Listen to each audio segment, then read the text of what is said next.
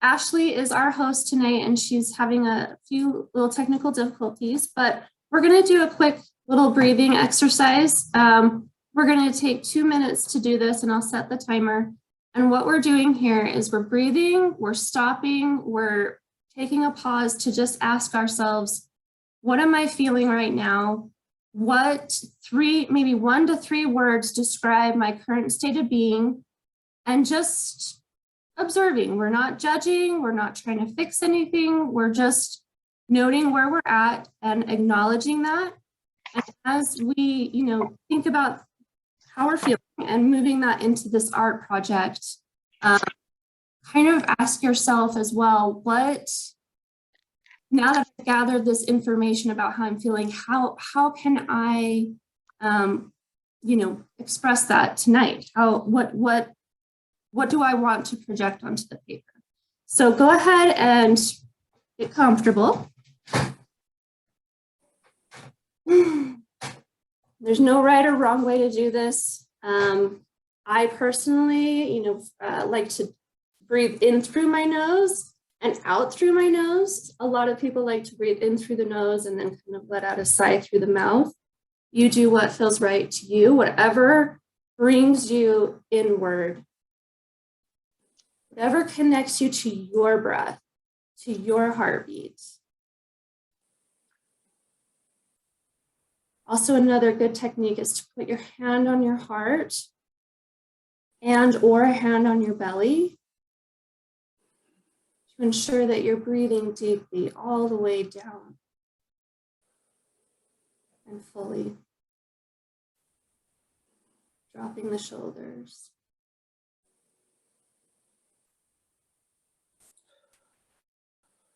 Settling in and asking yourself, how do I really feel right now?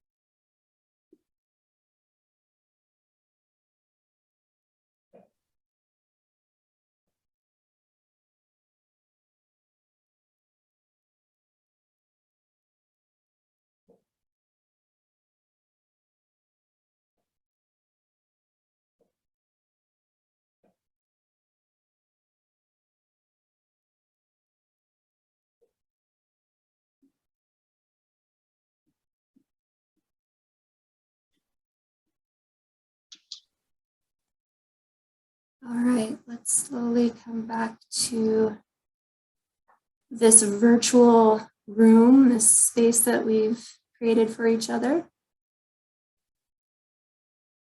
So now that you've collected that information about how you're feeling right now, if you'd like, you can write it in your journal that we've given you. This is intended to be not perfect. Please write in it, scribble in it. It's not a special leather-bound journal that is pristine and can't be touched, for your eyes only. Does anyone want to share anything about what they're feeling tonight?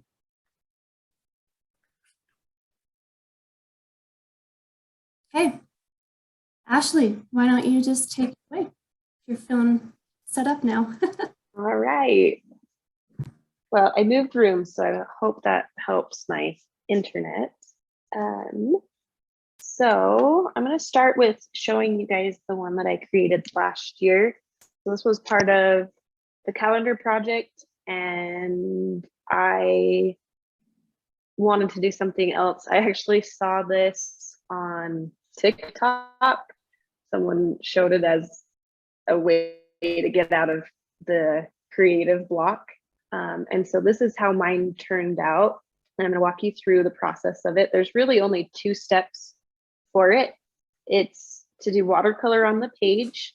And then after it's dried, you'll go in and isolate each of the shapes of color that you see.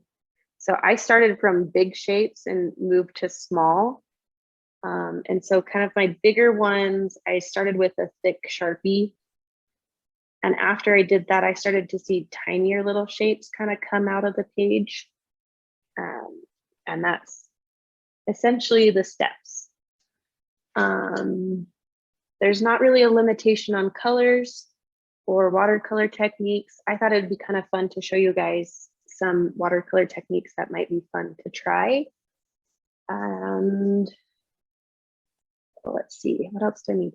So I'm going to flip over to mine. So give me 1 second.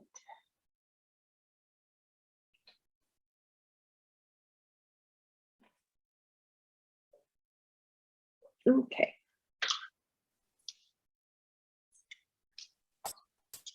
I only came up with 1 word today. Sure, I had some others, but so I picked the word pumped because as I was sitting there, I could feel my heart beating and pumping as I was madly running over to the other room to reset up. And then, so I've got my watercolors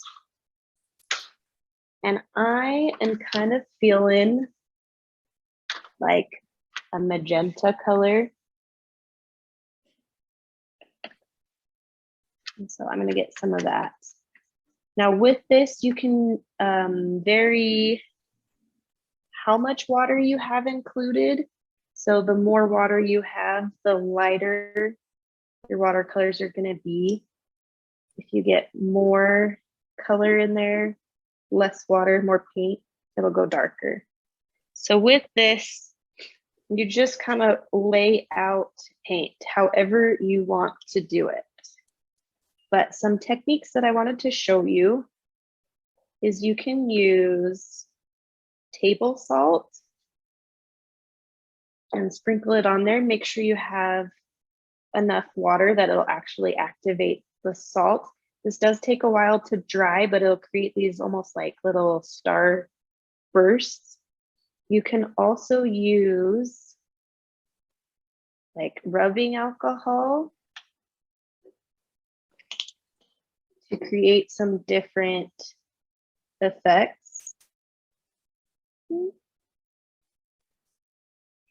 I always get too much. And you can also do what's called wet on wet. So you can have an area of water or a different color and just touch a highly saturated brush to the page. You can also do glazing, which is layering, which is a lot of what I did on my example, but I did it with blue and green. Let's see what else. You can also come in with a paper towel. I'm going to switch colors.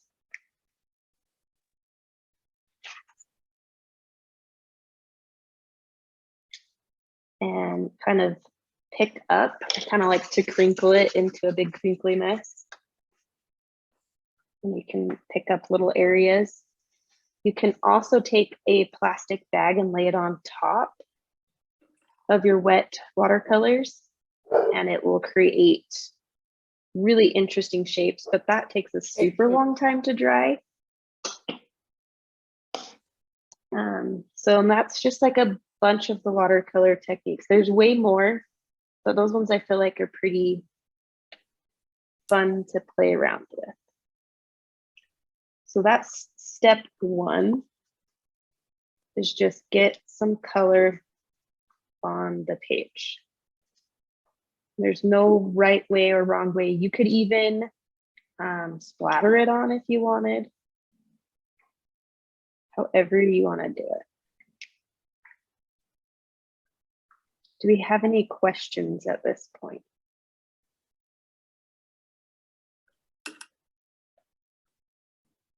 No questions, but thank you for showing those techniques. Those are cool. And also thanks for painting your whole page, because I was like, I wouldn't have thought to do that. I don't know why. Well, at first I wasn't going to, and then I was like, no, I want more color. So, okay.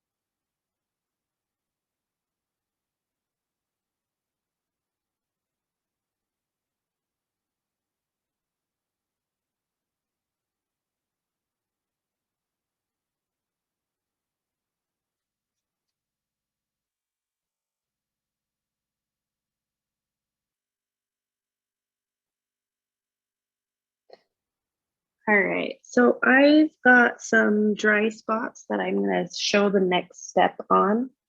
And then on this step, you can spend as much time as you'd like on it. I have all sorts of different pens and things that I'm going to use. So I have from kind of like a thick chisel down to a really fine tip pen. So just kind of whatever you want to use. And earlier today, I was like, ooh, it might be kind of fun to use one of my white pens too. So there's no right or wrong way to do this. So what I'm going to do is just try and isolate some of the shapes that I see within my page.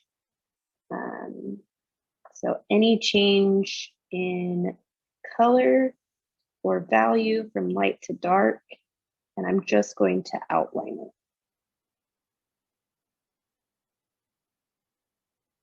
And that is the entire thought process on this project is see a shape of color, outline it. And so it kind of gets you to stop and look and be mindful of what's on your page, see where it's going, try to see where it ends. Sometimes you can't tell with watercolor where it begins and ends.